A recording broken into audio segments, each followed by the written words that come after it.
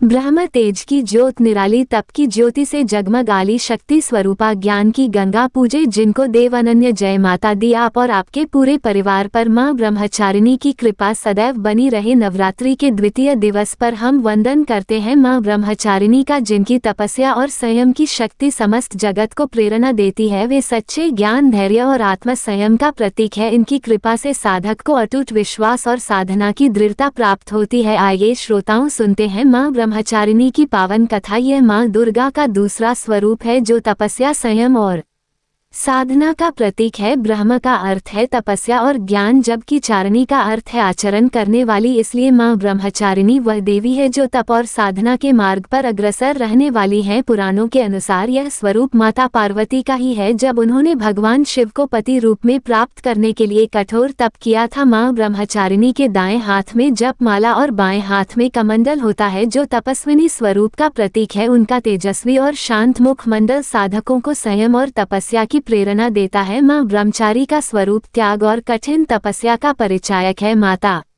पार्वती ने भगवान शिव को पति रूप में प्राप्त करने के लिए कई वर्षों तक घोर तप किया। प्रारंभ में वे केवल फल फूल खाकर तपस्या करती रही, फिर कई वर्षों तक केवल पत्तों पर जीवन यापन किया। इसके बाद उन्होंने अन्न और जल का भी त्याग कर दिया और कठोर व्रत धारण किए। मां की यह तपस्या हजारों वर्षों तक चली जिससे सभी देवता ऋषि मुनि और स्वयं ब्रह्मा जी भी प्रभावित हुए। उनकी इस कठोर साधना के कारण उन्हें ब्रह्मचारिणी नाम से जाना गया। बाल्यकाल से ही माता पार्वती भगवान शिव को अपना पति मानती थी। जब नारद मुनि ने उन्हें बताया कि पूर्व जन्म में वे सती थी और शिव जी को पुनः प्राप्त करने के लिए अब उन्हें कठोर तपस्या करनी होगी, तब माता ने संकल्प लिया कि वे हर कठिनाई सहकर भी अपने आराध्य शिव को पति रूप में प्राप्त करेगी। फिर उन्होंने अपने राजसी सुखों का त्याग कर वन में जाकर कठिन तपस्या आरंभ की। यह संकल्प उनकी अद्वितीय आस्था और समर्पण का प्रतीक था। माता ब्रह्मचारिणी की कठोर तपस्या देखकर देवता भी आश्चर्यचकित थे। उनकी आराधना इतनी प्रचंड थी कि समस्त लोकों में ऊर्जा का संचार होने लगा। देवताओं ने भगवान विष्णु से अनुरोध किया कि वे माता पार्वती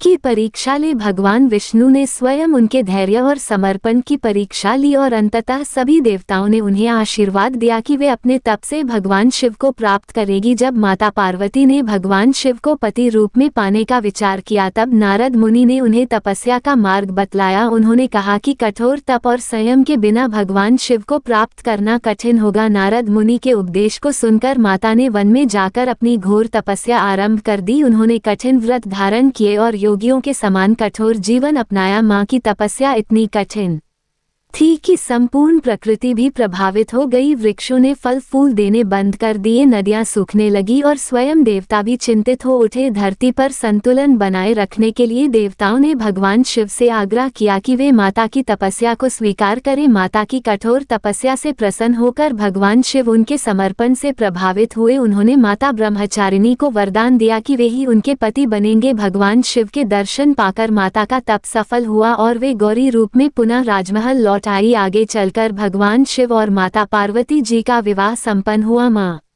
ब्रह्मचारिणी की पूजा करने से भक्तों को संयम धैर्य और तप की शक्ति प्राप्त होती है। उनकी कृपा से साधक को हर संकट में साहस और आत्मविश्वास प्राप्त होता है। ऐसा माना जाता है कि जो भक्त सच्चे मन से मां ब्रह्मचारिणी की उपासना करता है उसे सफलता वैवाहिक सुख और मोक्ष का आशीर्वाद प्राप्त होता है। मां ब्रह्मचारिणी हमें धैर्य और तपस्या का महत्व सिखाती है। उनकी कथा से यह शिक्षा मिलती है कि किसी भी लक्ष्य को प्राप्त करने के लिए अटूट संकल्प और कठिन परिश्रम आवश्यक है। वे संदेश देती हैं कि सच्चे मन से की गई भक्ति और साधना कभी व्यर्थ नहीं जाती, अतः उसका शुभ फल अवश्य प्राप्त होता है। नवरात्रि के दूसरे दिन प्रातःकाल स्नान कर साफ स्वच्छ वस्त्र धारण करें। मां ब्रह्मचारिणी की प्रतिमा या चित्र के सामने दीप जलाएं, उन्हें सफेद पुष्प अर्पित करें और पंचामृत से अभिषेक करें। ओम सरस्वती नमः मंत्र या फिर ओम ब्रह्मचार्या नमः मंत्र का जाप करें। माता को फल दूध और मिश्री का भोग लगाकर आरती उतारें। ब्राह्मणों को या कन्याओं को भोजन कराकर प्रसाद वितरित करें। मां ब्रह्मचारिणी की कृपा से साधक को अटूट विश्वास, दृढ़ संकल्प और आत्मशक्ति प्राप्त होती है। उनकी आराधना से मन को शांति और आध्यात्मिक ऊर्जा मिलती है। आइए प्रिय श्रोताओं, मां ब्रह्मचारिणी की कथा का समापन करने से पहले हम सभी महिषासुर मर्दनी स्तोत्र का हिंदी अनुवाद सुने। हे हिमालय राज की पुत्री, हे गिरिजा देवी, विश्व को आनंदित करने वाली देवी, नंदी गणों द्वारा पूजित गिरश्रेष्ठ विंध्याचल के शिखर पर निवास करने वाली देवी, अपनी लीला से भगवान श्री विष्णु को प्रसन्न करने वाली, इंद्र देव के द्वारा नमस्कृत्या भगवान नीलकंठ की पत्नी, विश्व में विशाल कुटु वाली और विश्व को संपन्नता देने वाली, हे महिषासुर का मर्दन करने वाली भगवती, अपने बालों की लता से आकर्षित करने वाली पर्वत की पुत्री, आपकी जय हो, जय हो, जय हो। देवों को वरदान देने वाली, दुर्धरा और दुर्मुख असुरों को मारने वाली और स्वयं में ही हर्षित रहने वाली, तीनों लोकों का पोषण करने वाली, शंकर जी को संतुष्ट करने वाली, पापों को हरने वाली और घोर गर्जना करने वाली, दानवों पर क्रोध करने वाली, अहंकार हो के घमंड को सुखा देने वाली, समुद्र की पुत्री, हे महिषासुर का मर्दन करने वाली, अपने बालों की लता से आकर्षित करने वाली पर्वत की पुत्री, आपकी जय हो, जय हो, जय हो। हे जगत माता, हे मेरी माँ, प्रेम से कदम के वन में वास करने वाली, हास्य भाव में रहने वाली, हिमालय के शिखर पर स्थित अपने भवन में विराजित, मधु की तरह मधुर मधु कैटब का मद नष्ट करने वाली, महेश को विदीर्ण करने वाली, सदा युद्ध में लिप्त रहने वाली, हे महिषासुर का मर्दन करने वाली, अपने बालों की लता से आकर्षित करने वाली पर्वत की पुत्री, आपकी जय हो, जय हो, जय हो। शत्रुओं के हाथियों की सूंड काटने वाली और उनके 100 टुकड़े करने वाली, जिनका से शत्रुओं के हाथियों के सर अलग अलग टुकड़े कर देता है, अपनी भुजाओं के अस्त्रों से चंड और मुंड के शीश काटने वाली, हे महिषासुर का मर्दन करने वाली और अपने बालों की लता से आकर्षित करने वाली पर्वत की पुत्री, आपकी जय हो, जय हो, जय हो। रण में मदोमत शत्रुओं का वध करने वाली, अजर अविनाशी शक्तियां धारण करने वाली, प्रमितनाथ अर्थात शिव जी की चतुराई जानकर उन्हें अपना दूत बनाने वाली, दुर्मति और बुरे विचार वाले दानव के दूत के प्रस्ताव का अंत करने वाली, हे महिषासुर का मर्दन करने वाली, अपने बालों की लता से आकर्षित करने वाली पर्वत की पुत्री, आपकी जय हो, जय हो, जय हो। शरणागत शत्रुओं की पत्नियों के आग्रह पर उन्हें अभयदान देने वाली, तीनों लोगों को पीड़ित करने वाले, दैत्यों पर प्रहार करने योग्य त्रिशूल धारण करने वाली, देवताओं की दुंदुभी से दुम दुम की ध्वनि को सभी दिशाओं में व्याप्त करने वाली, हे महिषासुर का मर्दन करने वाली, अपने बालों की लता से आकर्षित करने वाली पर्वत की पुत्री, आपकी जय हो, जय हो, जय हो। मात्र अपनी हुंकार से धूम्रलोचन राक्षस को धूम्र अर्थात धुएं के समान भस्म करने वाली, युद्ध में कुपित रक्तबीज के रक्त से उत्पन्न अन्य रक्त बीजों का रक्त पीने वाली, शुंभ और निशुंभ दैत्यों की बलि से शिवजी और भूत प्रेतों को तृप्त करने वाली, हे महिषासुर का मर्दन करने वाली, अपने बालों की लता से आकर्षित करने वाली पर्वत की पुत्री, आपकी जय हो, जय हो, जय हो। युद्ध भूमि में जिनके हाथों के कंगन धनुष के समान चमकते हैं, जिनके सोने के तीर शत्रुओं को विदीर्ण करके लाल हो जाते हैं और उनकी चीखें निकालते हैं, चारों प्रकार की सेनाओं, हाथी घोड़ा पैदल रथ का संहार करने वाली, अनेक प्रकार की ध्वनि करने वाले बटकों को उत्पन्न करने वाली, हे महिषासुर का मर्दन करने वाली, अपने बालों की लता से आकर्षित करने वाली पर्वत की पुत्री, आपकी जय हो, जय हो, जय हो। देवांगना के तत्थाथे थई आदि शब्दों से युक्त भावमय नृत्य में मग्न रहने वाली, कुकुतड्डीज गीतों को सुनने में लीन, मृदंग की धू धुक धीमी धीमी आदि गंभीर ध्वनि सुनने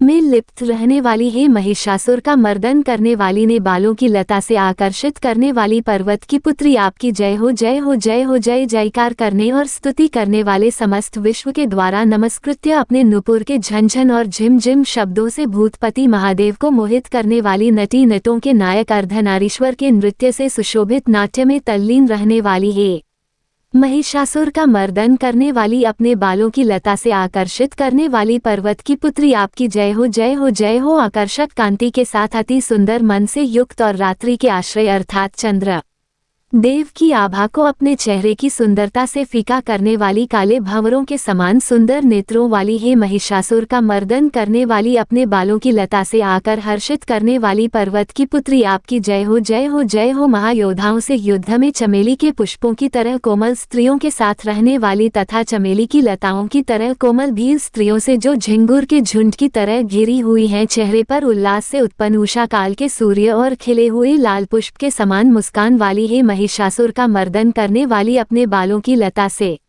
आकर्षित करने वाली पर्वत की पुत्री आपकी जय हो जय हो जय हो। जिसके कानों से लगातार मत बहता रहता है उस हाथी के समान उत्तेजित है गजेश्वरी। तीनों लोगों के आभूषण रूप सौंदर्य शक्ति और कलाओं से सुशोभित है। राजपुत्र सुंदर मुस्कान वाली स्त्रियों को पाने के लिए मन में मोह उत्पन्न करने वाली मनमत की पुत्री के समान है। महिषासुर का मर्दन करने वाली अपने बालों की लता से आकर्षित करने वाली पर्वत की पुत्री आपकी जय हो जय हो जय हो। जिनका कमल दल के समान कोमल स्वच्छ और कांति से युक्त मस्तक है, हंसों के समान जिनकी चाल है, जिनसे सभी कलाओं का उद्भव हुआ है, जिनके बालों में भंवरों से घिरे कुमुदनी के पुष्प और बकुल पुष्प सुशोभित हैं। उन महिषासुर का मर्दन करने वाली अपने बालों की लता से आकर्षित करने वाली पर्वत की पुत्री जय हो जय हो जय हो। जिनके हाथों की मुरली से बहने वाली ध्वनि से कोयल की आवाज भी लज्जित हो जाती है, जो खिले हुए फूलों से रंगीन पर्वतों से विचर हुई पुलिन जनजाति की स्त्रियों के साथ मनोहर गीत गाती हैं, जो सद्गुणों से संपन्न शबरी जाति की स्त्रियों के साथ खेलती हैं। उन महिषासुर का मर्दन करने वाली अपने बालों की लता से आकर्षित करने वाली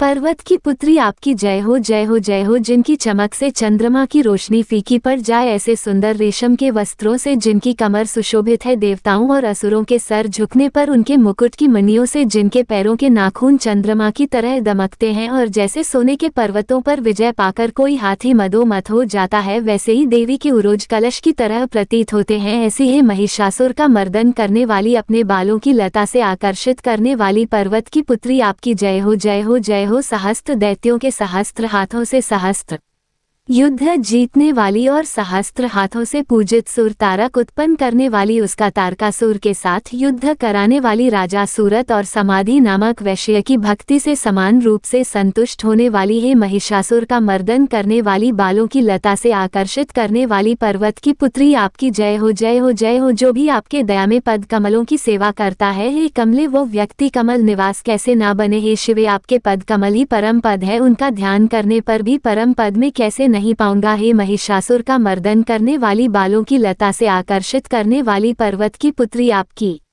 जय हो जय हो जय हो। सोने के समान चमकते हुए नदी के जल से जो आपके रंग भवन में छिड़काव करेगा, वह इंद्राणी के वक्ष से आलिंगन होने वाले इंद्र के समान सुखा अभूतपूर्व करने वाली बालों की लता से आकर्षित करने वाली पर्वत की पुत्री आपकी जय हो जय हो जय हो। आपका निर्मल चंद्र समान मुख चंद्रमा का निवास है, जो सभी अशुद्धियों को दूर कर देता है। नहीं तो क्यों मेरा मन इंद्रपुरी की सुंदर स्त्रियों से विमुख हो गया है। मेरे मत के अनुसार आपकी कृपा के बिना शिव नाम के धन की प्राप्ति कैसे संभव हो सकती है। हे महिषासुर का मर्दन करने वाली बालों की लता से आकर्षित करने वाली पर्वत की पुत्री आपकी जय हो जय हो जय हो। हे दिनों पर दया करने वाली उमा, मुझ पर भी दया कर ही दो। हे जगत जननी, जैसे आप दया की वर्षा करती हो, वैसे ही तीरों की भी वर्षा करती हो, इसलिए इस समय जैसा आपको उचित लगे वैसा करो। मेरे पाप और ताप दूर कर दो। हे महिषासुर का मर्दन करने वाली बालों की लता से आकर्षित करने वाली पर्वत की पुत्री आपकी जय हो जय हो जय हो। सभी प्रेम से बोलिए माँ ब्रह्मचारिणी की जय।